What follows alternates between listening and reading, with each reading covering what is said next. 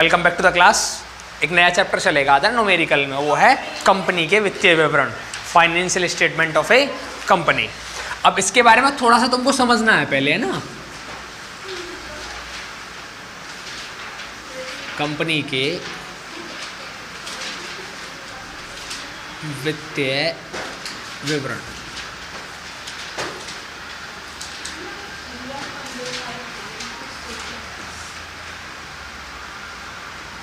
Statement of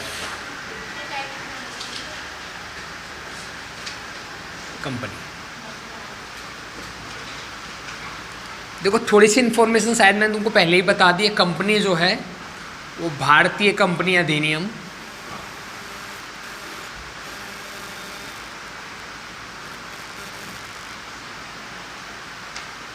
1956 के according हम वित्तीय विवरण बनाते हैं, ठीक है।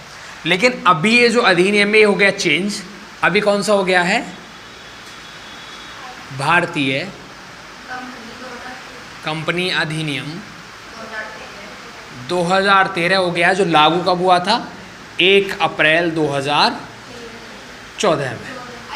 ये लगा, हाँ ये पुराना अधिनियम है जिसका नाम चेंज अब ये कर दिया, थोड़े से इसमें परिवर्तन भी किए गए हैं।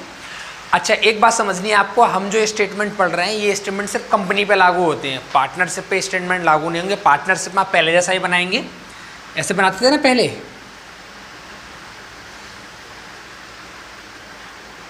ये पर्टिकुलर, ये अमाउंट, ये पर्टिकुलर और ये अमाउंट, अगर ट्रेडिंग एंड P&L बनाते हैं तो, है ना।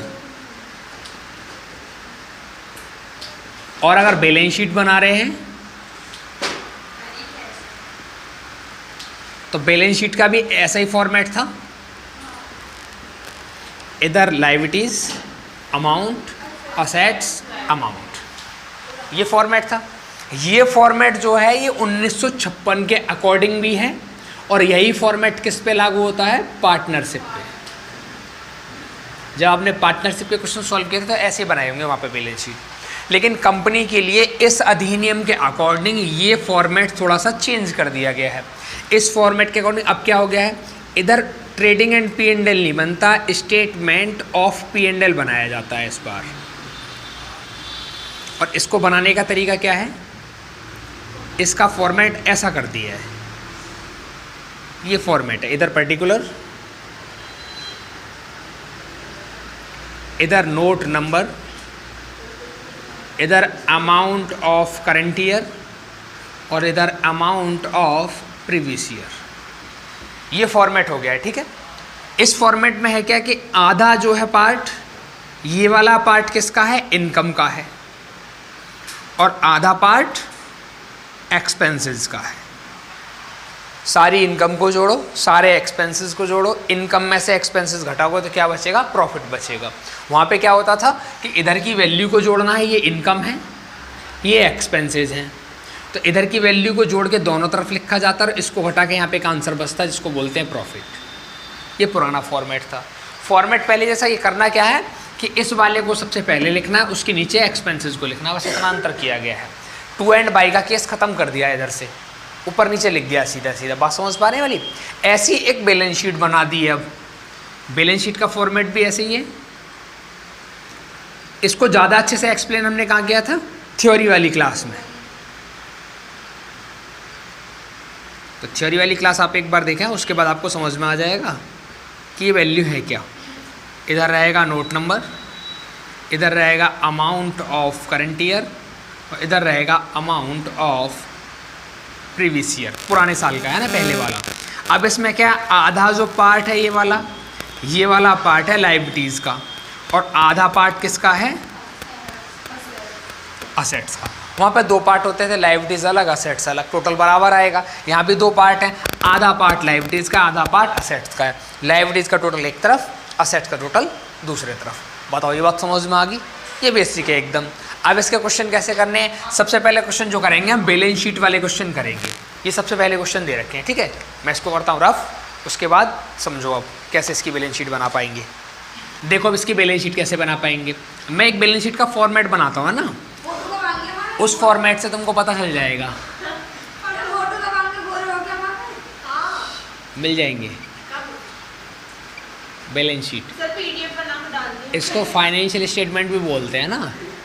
अब इसका एक फॉर्मेट देखो मैं इधर बना रहा हूँ, उस फॉर्मेट से तुमको आइडिया हो जाएगा कि क्या क्या वैल्यू इसमें आने वाली है।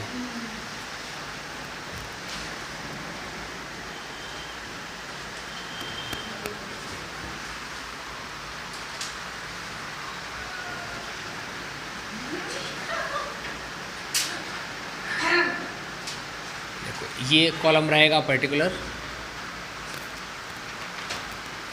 ये कॉलम रहेगा नोट नंबर, ये कॉलम रहेगा अमाउंट ऑफ करंट ईयर, ये कॉलम रहेगा अमाउंट ऑफ प्रीवियस ईयर। सबसे प्रीवियस ईयर पुराना, गत वर्ष, करंट ईयर का मतलब चालू वर्ष। पहला हेड रहता है इसमें ऐसे, इसको बोलते हैं इक्विटी एंड लायबिलिटीज। इसमें पहला हेड रहेगा number 1 share holder fund.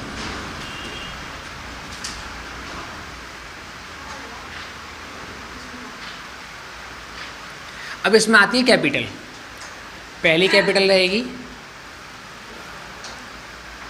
Share capital, और ये समझ लो आप इक्विटी वाली है ना। दूसरी कैपिटल हो सकती है प्रेफरेंस शेयर कैपिटल।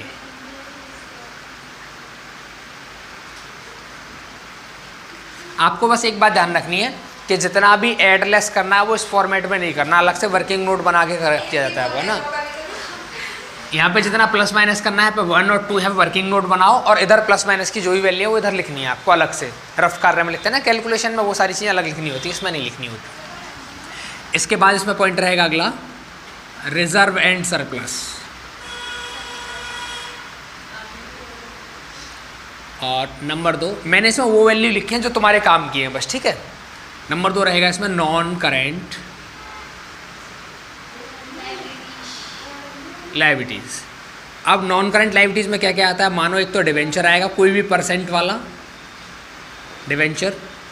इसके बाद इसमें बैंक लोन आ सकता है,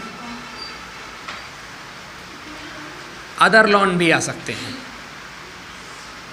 इसके बाद नंबर 3 रहेगा करंट लायबिलिटीज़।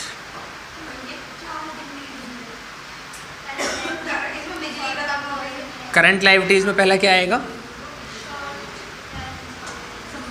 क्रेडिटर्स। दूसरा आएगा बिल्स पेबल। इन दोनों को एक साथ बोला जाता है ट्रेड पेबल। अगर कहीं पे ट्रेड पेबल लिखा हुआ है तो आप ये मानेंगे उसमें क्रेडिटर्स भी हैं और उसमें बिल्स पेबल में, दोनों वैल्यू इंक्लूड हैं इसमें। सी पॉइंट रहेगा बैंक ओवरड्राफ्ट, और एक और समझ सकते हैं short term loan. Short term का मतलब है जो 12 महीने से कम के लिए होता है, ठीक है, वो इधर आएंगी वैल्यू। इसके बाद में एक पॉइंट और बना लो, अदर करंट लायबिलिटीज। इसमें आता है आउटस्टैंडिंग, ठीक है। ये वैल्यू लिखने के बाद इसका करना है टोटल इधर पूरा ऐसे। उसके बाद में इधर सेकंड पार्ट बनेगा, इसको लिख सकते हैं यहाँ पे टोटल लायबिलिटीज। सेकंड पार्ट इधर बनेगा, इसको बोलेंगे असेट्स। असेट्स में फर्स्ट पार्ट बनता है नॉन करंट असेट्स।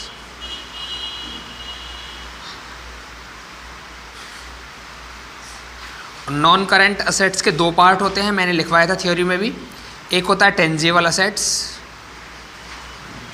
मूर्त संपत्ति। टेंजिबल असेट्स में क्या क्या आता है, बिल्डिंग, फर्नीचर, ऐसी जाएंगी इसमें। बी पॉइंट रहेगा इंटेंजिबल असेट्स।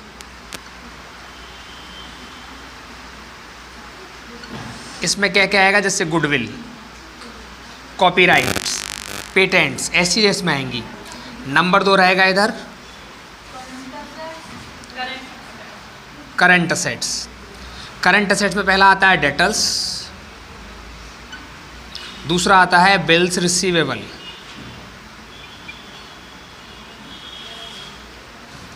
इन दोनों को मिला के अगर एक बार में बात बोली जाएगी तो बोला जाता है ट्रेड रिसीवेबल। इसके बाद में अगला आएगा बैंक, अगला फिर आएगा कैश, इधर स्पेस नहीं इधर ही बना दिया मैंने डी पॉइंट स्टॉक, और ई पॉइंट इन्वेस्टमेंट। ऐसे कुछ वैल्यू इधर आएंगी, ठीक है। एक वैल्यू और होती है अदर करंट असेट्स, तो डिस्काउंट वगैरह आता है उसमें, है ना, वो मैंने लिखा नहीं है, तो आएगा क्वेश्चन में तब आप समझ लेना उसको। इसका एक टोटल लगाएंगे इधर, इधर का टोटल और लायबिलिटी का टोटल दोनों बराबर होने चाहिए, तो क्वेश्चन तुमने ठीक किया। अगर टोटल बराबर नहीं तो क्वेश्चन गलत हो गया है। फिर इसमें मैंने वो चीज़ें नहीं लिखी जो तुम्हारे क्वेश्चन में नहीं आएंगी। वैसे तो बहुत सारी चीज़ें होती हैं इसमें, लेकिन तुम्हारे क्वेश्चन में नहीं पूछी जाएंगी, इसमें वही चीज़ें तुम्हारे क्वेश्चन में पूछी जाएंगी। बात आ रही समझ में? ठीक है, क्वेश्चन पढ़ो नंबर 1। देखो क्वेश्चन नंबर 1, निम्नलिखित मदों को आर्थिक चिट्ठे में दिखाना है। आर्थिक चिट्ठा बनाना नहीं है और टोटल नहीं लगाना, सिर्फ दिखाना बाकी है। खुले औजार दे रखे हैं, मशीनरी है, कर हेतु प्रावधान है, प्रारंभिक व्यय दे रखा है, ख्याति है, लेनदार है, स्टॉक है, रोकड़ बैंक में है, देनदार है, 8% का ऋण पत्र है, अंश पूंजी और विनियोग है। बैलेंस शीट में इन सबको दिखाना पड़ेगा हमको, है ना। अब देखो ऐसी एक बैलेंस शीट का फॉर्मेट बनाना है। इधर मैं तुमसे पूछता रहूँगा, है ना, क्या क्या वैल्यू है, अब और तुमको पढ़ के बताना है वहाँ से।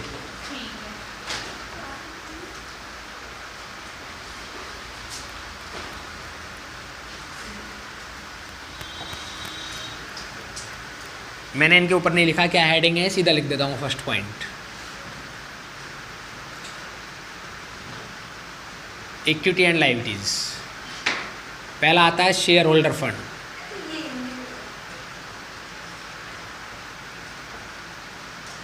ये तो अंग्रेजी में लिखने पड़ेंगे।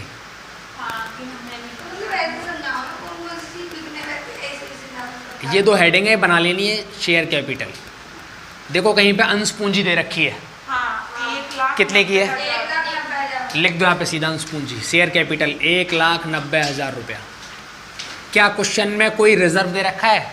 सामान्य संचय, कोई संचय है क्वेश्चन में?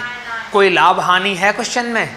नहीं है। तो यहाँ पे एक हेडिंग आता है रिजर्व एंड सरप्लस। कोई वैल्यू नहीं है, डैश लगा दो इधर। Number 2 point, non current liabilities. अब देखो यहाँ पे क्या डिवेंचर हैं, 8% डिवेंचर, कितने रुपए के? क्या कोई बैंक लोन है, बैंक ऋण? बैंक ऋण है क्या? कोई और लोन है, कोई और ऋण है? ऋण नहीं है ना कोई भी, इसका मतलब अब कुछ नहीं आएगा इसमें। नंबर 3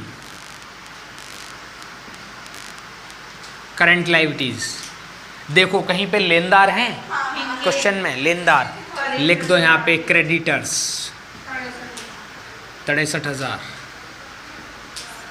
क्या कहीं पे देय विपत्र है, देय बिल, देय विपत्र या देय बिल है क्वेश्चन में? नहीं है, लिखना भी नहीं है। अब देखो कहीं पे तुमको ऐसा दे रखा है शॉर्ट टर्म, कम समय के लिए कोई लोन दे रखा है, कोई लोन नहीं है। क्या कोई आउटस्टैंडिंग अदत्त व्यय दे रखा है? अदत्त व्यय भी नहीं है। प्रारंभिक व्यय है, बाद में आएगा वो, यहाँ तो नहीं है ना कोई वैल्यू, ठीक है। अब इसके बाद में ये हो जाएगा टोटल हमारा क्या, लायबिलिटीज। टोटल नहीं लगाना है, सिर्फ दिखाना है हमको कि ये वैल्यू यहाँ यहाँ आती हैं। इसके बाद सेकंड पॉइंट रहेगा इधर असेट्स। असेट्स में पहला आता है नॉन करंट असेट्स।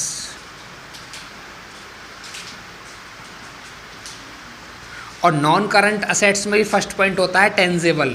टेंजेबल का मतलब है जिनको हम छू सकते हैं और देख सकते हैं। जैसे मशीन, क्या क्वेश्चन में मशीन है? खुले औजार, लिखेंगे यहाँ पे लूज टूल्स। 48,000 के लूज टूल्स हैं। क्या कोई मशीन, भवन, गाड़ी, क्या चीज़ है? मशीन। 5,40,000। क्या कोई भवन है, बिल्डिंग, भवन? क्या कोई गाड़ी है? क्या कोई फर्नीचर है? इन्वेस्टमेंट आएंगे वो भी। क्या कोई है? नहीं है। अच्छा अब चेक करना है क्या इन्वेस्टमेंट के सामने ऐसे लिखा है लघुकालीन या दीर्घकालीन, नहीं लिखा है तो आप इसको शॉर्ट टर्म भी मान सकते हैं, लॉन्ग टर्म भी मान सकते हैं। हमने लॉन्ग टर्म मान लिया, इन्वेस्टमेंट इधर ही लिख देते हैं। कितने के इन्वेस्टमेंट है? 40,000। और तो कुछ नहीं है ना, ना गाड़ी है, ना फर्नीचर है, ना बिल्डिंग है। इन्वेस्टमेंट, विनियोग, वो करंट में आएगा। पूछ लूँगा मैं सब चीज़ें तुमसे आगे। इंटेंजिबल, जिनकी मैं वैल्यू बोल रहा हूँ सिर्फ वो देखो हैं या नहीं है। अब इंटेंजिबल में क्या क्या आता है? गुडविल आती है, ख्याति, कॉपीराइट, पेटेंट्स, ये 3 वैल्यू हैं। गुडविल है क्वेश्चन में, कितना गुडविल है? 75,000। क्या क्वेश्चन में कोई पेटेंट्स है? क्या क्वेश्चन में कोई कॉपीराइट है? ऐसे ही लिखा होगा, पेटेंट्स कॉपीराइट नहीं है क्वेश्चन में, नहीं लिखना है। नंबर 2 करंट असेट्स, ऐसी एसेट्स जिनको बहुत जल्दी से कैश में कन्वर्ट किया जा सकता है। जैसे बताओ, देनदार हैं, डेटर्स, 1,45,000 लिख दो यहाँ पे 1,45,000। हाँ, जिन्हें जल्दी से कैश में कन्वर्ट किया जा सके, जिनको जल्दी से आप बेच सकते हो, है ना। डेटर्स के बाद देखो, क्या कोई प्राप्य विपत्र है? प्राप्य विपत्र नहीं है कोई, ठीक है। इसके बाद स्टॉक है 2,20,000। क्या कोई रोकड़ है? कैश 1,93,000। क्या कोई बैंक में रोकड़ है? कैश सिर्फ, मैंने पहले रोकड़ पूछा, सिर्फ रोकड़, रोकड़ है? कैश एट बैंक है, बैंक में रोकड़, तो ये कैश एट बैंक है। अलग अलग वैल्यू नहीं लिखनी, गलत हो जाएगा क्वेश्चन। अब आगे और क्या देखना है इसमें? क्या कोई विनियोग, ख्याति हो गया बेटा, नई चीज मैं जो पूछ रहा हूँ वो बताओ बस, वो हो चुका। स्टॉक हो गया, डेटर्स हो गया, प्राप्य पत्र नहीं है, कैश हो गया, कैश एट बैंक हो गया। क्या कोई ऐसी चीज और भी है इसमें जिसको हमने अभी तक कहीं नहीं लिखा? 8% पत्र हो गया, प्रावधान रहेगा, प्रोविजन बताता हूँ प्रोविजन कहाँ आएगा अभी, है ना। अच्छा, इधर तो कुछ नहीं रहा ना अभी, ठीक है। अब नंबर 3 आएगा इधर, other current liabilities, other current assets, और लायबिलिटीज नहीं, असेट्स। अच्छा, इधर देखो, क्या कोई प्रीपेड तो नहीं है? प्रीपेड, पूर्व दत्त व्यय नहीं है ना। अदर करंट में आता है प्रारंभिक व्यय, प्रारंभिक व्यय है क्वेश्चन में, है। लिख दो यहाँ पे प्राइमरी एक्सपेंसेज, कितने का? 1,40।